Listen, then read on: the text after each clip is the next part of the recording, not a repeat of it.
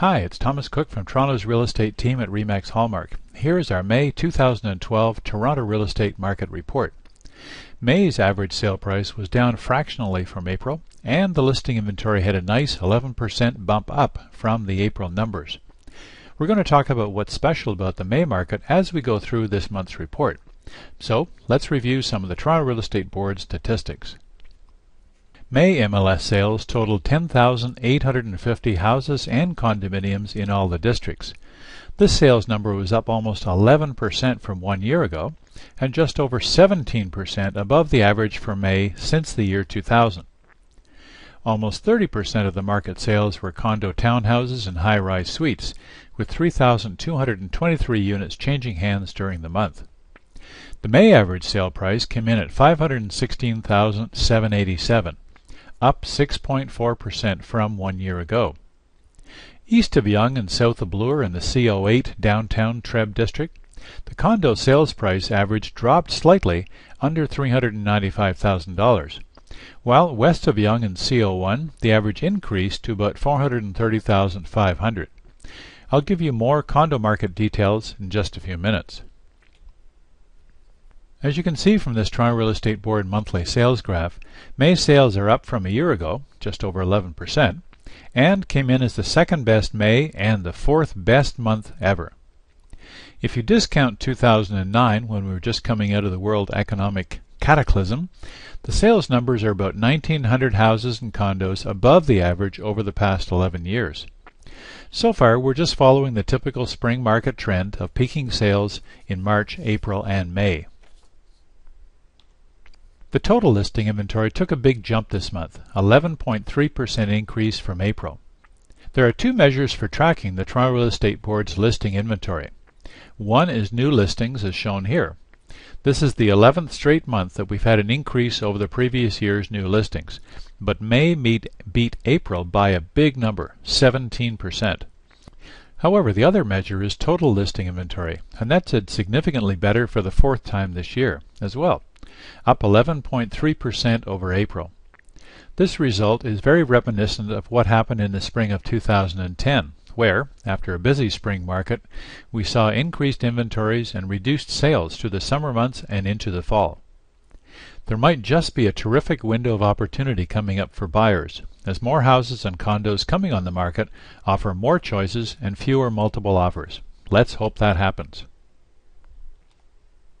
The May average sale price of $516,787 was the second highest average sale price for any month ever on the Toronto Real Estate Board. Compared to last year, prices were up 6.4%. The average price declined fractionally by 0.15% compared to April, and we might well have reached the high point for the year. The sales to listings, or percent chance of selling ratio, is how we determine what type of market we're actually in. 24 to 28% is a neutral market, below 24% is a buyer's market, and above 28% is a seller's market. In May, that ratio declined by 3% to 53%, but still a very busy seller's market and the fifth highest we've ever seen on the board. Mortgages are still very affordable, and the 5-year fixed-term rate declined slightly during the month to around the 3.2 to 3.4% mark. The sad state of the European economy has had a downward influence on inflation expectations. While the overall Treb average is 21, the days on market numbers for downtown condos are different east or west of Yonge. East it's 20 days, and west it's 27. Detached homes across the GTA sell in 21 days on average, and semis move in a speedy 14 days. As you can see from the graph, May's average home price was again much higher than May of last year, but was flat compared to April. Multiple offers are very much a part of our current Toronto marketplace, very annoying to buyers, and really not a benefit to sellers who are moving on to another GTA home. The downtown Toronto condo market showed a lot of contrasting numbers between east and west of Yonge. In May, downtown condo average sale prices were up just 5% year over year in CO1, west of Yonge and south of Bloor, and actually down 3% in CO8, east of Yonge and south of Bloor, compared to 1 year ago. These low or negative average sale price numbers could be partially explained by a 13% increase to 1,273 condo suites in inventory in CO1 from May 2011, while listings in CO8 were up a significant 40% to just over 370 apartments. However, the ratio of sales to listings in CO8 was still in seller's market territory at 43%, while CO1 west of Yonge was in almost neutral market territory at 30.1%, and both of those numbers were down from April.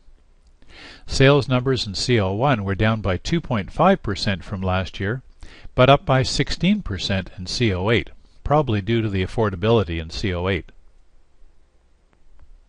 So what's your next best step if you're contemplating jumping into the Toronto market as a buyer? The best first step is to go on a market experience tour of condo or house neighborhoods. What it's not intended to do is find you your dream home.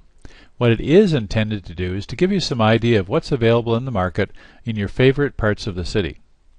Once you've had your tour, you'll be better able to make a smart decision on whether now is the right time for you to buy.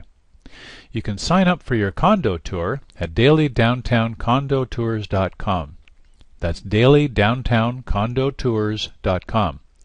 And a tour of houses at dailytorontohometours.com. dailytorontohometours.com. So, all the best, and check back here in early July for our June Toronto Real Estate Market Report.